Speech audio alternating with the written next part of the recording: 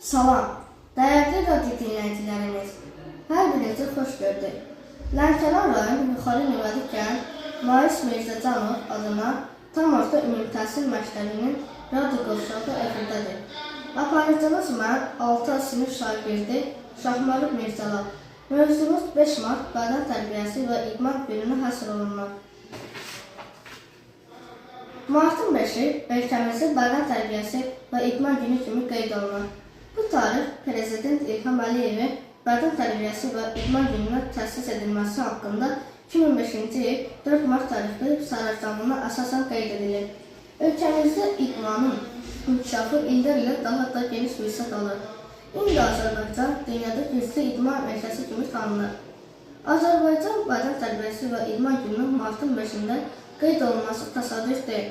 1995-ci il martın 5-də Ulu Öndər Heydər Əliyev Bakı İdman Sarayında dünya və Avropa çempionatlarının qalibləri və mükafatçıları ilə görüşür.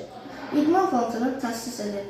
Bununla ölkəmizdə bədən tərbiyəsi və idmanın inkişafına yeni strategiyanın təməli qoyulur. 1994-cü il iyulun 26-sında Gənclər, İdman və Turizm Nazirliyi yaradılıb. 2006-cı ildə Prezident İlham Əliyev fərmanı ilə Gənclər və İdman Nazirliyi yenidən təşkil olunub. 1997-ci ildən Milli Olimpiya Komitəsinə rəhbərlik edən Prezident İlham Əliyevin ardıcıl səyləri, uğurlu idman siyasi nəticəsində Azərbaycan dünyanın qabaqcıl idman ölkəsinə çevrilib. Ölkəmizdə idmana, bədən tərbiyəsinə diqqət ildən ilə daha da artır.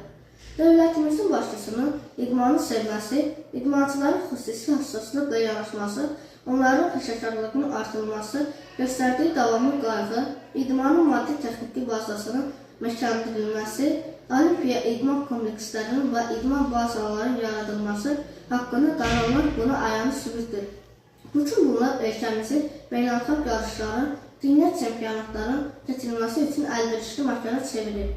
Təsadüf deyil ki, belə məktəşəm idman qrupları 2012-ci ildə futbol üzrə 17 yaşlı qızlar arasında dünya çempionatına, 2015-ci ildə 1-ci Avropa oyunlarına, 2016-cı ildə futbol üzrə 17 yaşlı oğlanların arasında Avropa çempionatına, 42-ci Ümumdünya Şahmat Olimpiyadasına, 2017-ci ildə 4 İslam həmrəyli oyunlarına və qadınlar arasında voleybol üzrə Avropa çempionatına, ha belə Formula 1 Azərbaycan Grand Prixlərinin yüksək səviyyədə təşkil olunmasına imkan verdi.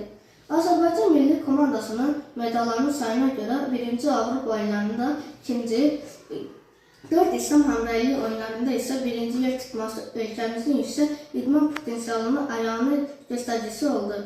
Bütün bu illər ərzində zəngin, güclü idman ənənələri, peşəkar təşkilatçılığı ilə dünya idman ailəsində söz və nüfuz sahibi olan Azərbaycan daha bir neçə məktəbə idman yarışına ev sahibliyi etdi. Bu uğurlar Azərbaycanda əsası Ulu Öndər Heydər Əliyev tərəfindən qoyulmuş idmana, gənclərimizin sağlamlığına yüksək diqqət və qayğı siyasətinin Prezident İlham Əliyevin rəhbərliyi ilə uğurla davam və inkişaf etdirilməsi sayəsində əldə olunur. Bu sahədə həyata keçirilən ardıcıl tədbirlər, idmançılara göstərilən diqqət və qayğı, ölkəmizdə ən yüksək standartlara cavab verən mükəmməl idman infrastrukturu qarşısındakı illərdə daha böyük uğurların əldə olunacağı güclü zəmin yaradır. Bugün münasibəti ilə ölkəmizin adını bütün idman arenalarında dirsəklərə qaldıran idmançılarımızı təbrik edir, daim zirvələr arzulayırıq. Dəyərli radio dinləyicilərimiz, bugünkü efirimizin sonuna gəldik. Növbəti efirlərdə görüşənədək sağ olun, salamat qalın.